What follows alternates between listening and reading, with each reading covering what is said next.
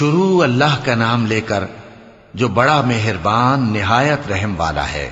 بکھیرنے والی ہواؤں کی قسم جو اڑا کر بکھیر دیتی ہیں، پھر پانی کا بوجھ اٹھاتی ہیں، پھر آہستہ آہستہ چلتی ہیں، پھر اس چیز کو یعنی بارش کو تقسیم کرتی ہیں کہ جو وعدہ تم سے کیا جاتا ہے وہ یقیناً سچا ہے، اور انصاف کا دن ضرور واقع ہوگا۔ اور آسمان کی قسم جس میں کئی رستے ہیں کہ اے اہل مکہ تم ایک اختلاف والی بات میں پڑے ہوئے ہو، اس سے یعنی عقیدہ آخرت سے وہی پھرتا ہے جو اللہ کی طرف سے پھیرا جائے۔ اٹکل دوڑانے والے ہلاک ہوں جو بے خبری میں بھولے ہوئے ہیں، پوچھتے ہیں کہ جزا کا دن کب ہوگا؟ وہ دن ہوگا جب ان کو آگ میں عذاب دیا جائے گا۔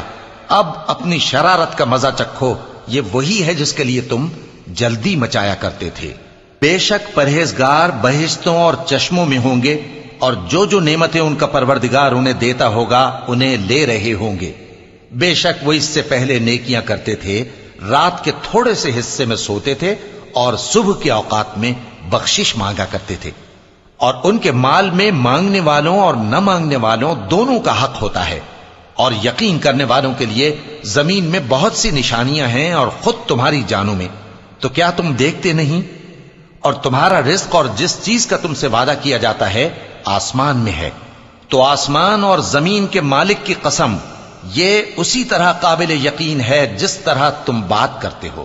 اے نبی، کیا تمہارے پاس ابراہیم کے معزز مہمانوں کی خبر پہنچی ہے؟ جب وہ ان کے پاس آئے تو سلام کہا، انہوں نے بھی جواب میں سلام کہا۔ دیکھا تو ایسے لوگ کہ نہ جان نہ پہچان۔ پھر وہ اپنے گھر جا کر ایک بھنا ہوا موٹا بچڑا لائے اور کھانے کے لیے ان کے آگے رکھ دیا۔ کہنے لگے کہ آپ تناول کیوں نہیں فرماتے؟ اور ان سے خوف محسوس کیا۔ انہوں نے کہا کہ خوف نہ کیجے، اور ان کو ایک دانش مند لڑکے کی بشارت سنائی۔ تو ابراہیم کی بیوی چلاتی آئیں اور اپنا منہ پیٹ کر کہنے لگیں کہ ایک تو میں بڑھیا، اوپر سے بانجھ۔ انہوں نے کہا تمہارے پروردگار نے یوں ہی فرمایا ہے، وہ بے شک صاحب حکمت ہے، خبردار ہے۔ ابراہیم نے کہا کہ فرشتو، اب تمہارا اصل کام کیا ہے؟ انہوں نے کہا کہ ہم گناہگاروں کی طرف بھیجے گئے ہیں تاکہ ان پر گارے کی پتھریاں برسائیں جن پر حد سے بڑھ جانے والوں کے لیے تمہارے پروردگار کے ہاں سے نشان کر دیے گئے ہیں۔ پس وہاں جتنے مومن تھے ان کو ہم نے نکال لیا، پھر اس بستی میں ہم نے ایک گھر کے سوا مسلمانوں کا کوئی گھر نہ پایا، اور جو لوگ عذاب علیم سے ڈرتے ہیں ان کے لیے ہم نے وہاں نشانی چھوڑ دی۔ اور موسیٰ کے حال میں بھی نشانی ہے، جب ہم نے ان کو فرعون کی طرف کھلا ہوا معجزہ دے کر بھیجا تو اس نے اپنی قوت کے گھمنڈ پر منہ موڑ لیا اور کہنے لگا یہ تو جادوگر ہے یا دیوانہ۔ تو ہم نے اس کو اور اس کے لشکروں کو پکڑ لیا اور ان کو سمندر میں پھینک دیا، اور وہ کام ہی قابل ملامت کرتا تھا۔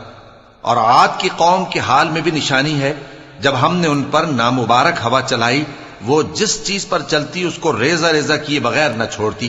اور قوم سمود کے حال میں بھی نشانی ہے، جب ان سے کہا گیا کہ ایک وقت تک فائدہ اٹھا لو، پس انہوں نے اپنے پروردگار کے حکم سے سرکشی کی، سو ان کو کڑک نے آ پکڑا اور وہ دیکھ رہے تھے۔ پھر وہ نہ تو کھڑے رہنے کی طاقت رکھتے تھے اور نہ مقابلہ کر سکتے تھے، اور اس سے پہلے ہم نوح کی قوم کو ہلاک کر چکے تھے۔ بے شک وہ نافرمان لوگ تھے۔ اور آسمان کو ہم ہی نے اپنی قدرت سے بنایا، اور ہم کو ہر طرح کی قدرت ہے۔ اور زمین کو ہم ہی نے بچھایا، تو دیکھو ہم کیا خوب بچھانے والے ہیں۔ اور ہر چیز کے ہم نے دو دو جوڑے بنائے تاکہ تم نصیحت حاصل کرو۔ تو تم لوگ اللہ کی طرف دوڑ چلو، میں اس کی طرف سے تم کو صاف صاف خبردار کرنے والا ہوں۔ اور اللہ کے ساتھ کسی اور کو معبود نہ بناؤ، میں اس کی طرف سے تم کو صاف صاف خبردار کرنے والا ہوں۔ اسی طرح ان سے پہلے لوگوں کے پاس بھی جو پیغمبر آتا تو وہ بھی اس کو جادوگر یا دیوانہ کہتے۔ کیا یہ لوگ ایک دوسرے کو اسی بات کی وصیت کر مرے ہیں؟ نہیں، بلکہ یہ شریر لوگ ہیں۔ تو اے نبی ان سے منہ موڑ لو، تم کو ہماری طرف سے ملامت نہ ہوگی، اور نصیحت کرتے رہو کہ نصیحت مومنوں کو نفع دیتی ہے۔ اور میں نے جنوں اور انسانوں کو اسی لیے پیدا کیا ہے کہ وہ میری عبادت کریں۔ میں ان سے رزق تو نہیں مانگتا، اور نہ یہ چاہتا ہوں کہ وہ مجھے کھانا کھلائیں۔ اللہ ہی تو سب کو رزق دینے والا ہے، زور آور ہے، مضبوط ہے۔